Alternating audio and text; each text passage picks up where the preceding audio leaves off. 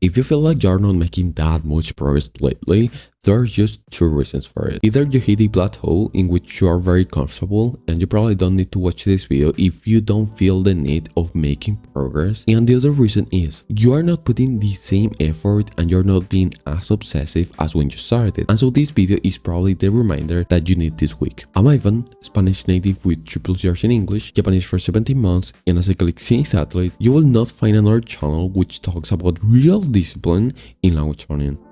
Doing 2 to 3 hours of immersion at the start, even if it was anime, felt painful. Like every day, it was honestly kind of a pain to do this, but I knew that if I just kept doing this, I will end up getting the results that I want. And negatari kanatari, it ended up being how I wanted. I can pretty much understand every piece of immersion in anime without subtitles. Even in YouTube videos in which people talk real fast, I still need subtitles, but I think that in 3 to 4 months, I will completely forget about using subtitles. So this is the same amount of progress I want you to achieve. But if at least the first 2 hours of your study never look like effort, you will never get the same results as when you started. Because I mean, every hour of my immersion is not the same. The last 3 to 4 hours of the 7 to 8 hours of immersion I do are way less efficient because I am more distracted. Sometimes I'm eating when I do immersion. I kind of let myself eat because I know that if my first 4 hours of reading take some kind of effort, I already did 80% of the results of the day. And so now it's time for more of the fun immersion that I will find myself when I really use the language when I go to Japan or when I talk to someone. You know, 1% better every day is bullshit. You should be getting 20, 30, 40% better every day, not just this bullshit of 1% every day. This is the primary reason for your lack of progress. So after you get 1% better, now you can do the bad habits. So it's bullshit. If you get 1% better, now you can let yourself be because you can eat that bar of chocolate, you can eat that junk food while you do immersion just because you're 1% better today. And that's why getting 1% is bullshit. So imagine if you want to be 20% better. 80% of your day will look like effort. That's what you want your day to look like. If at least 60 to 70% of your day doesn't look like effort, believe me,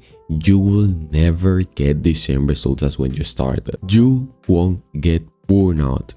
This is not the same as hustle culture. Like, you know that in the hustle culture, people believe that you should work as hard as possible, right? But like, why people get burnout when they're doing hustle culture? Because they do it at something they don't like. As simple as that. You're doing something that you like. Why not do something for as long as you can and it is something that you like, and why not get more progress on it? I honestly don't understand why you wouldn't want to get more progress in something that you like and then you enjoy doing. I don't understand why you wouldn't want to do it. Maybe you feel insecure because someone can study for 8 hours daily. Why are you not that person? Why are you not the person who can literally go to a gym after they come from school? Why are you not the person who can literally study for 5 hours straight after you come from university? Why are you not?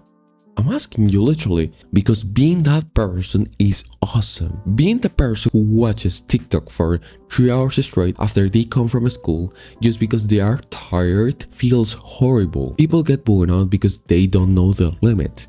Getting burnout, and hear me well, is good. Getting burnout is good. Have you ever thought about that? Everyone tells you that getting burnout is something that you should avoid every day. I tell you that you should get burnout today. This is an action step that I want you to do if you want to get burnout and know your limits. The first thing is study for 8 hours daily tomorrow or today. I don't care. If you are going to sleep, then tomorrow. If you have some time available, then study for 8 hours daily. Study for 7 hours daily. Just surpass your limits for just one day. You're going to be able to do it, don't worry. And when you surpass that limit, you will notice that, of course, you can maintain this every day. And you're able to probably study for 4 hours daily. That's fine. Don't you know that you can surpass 4 hours?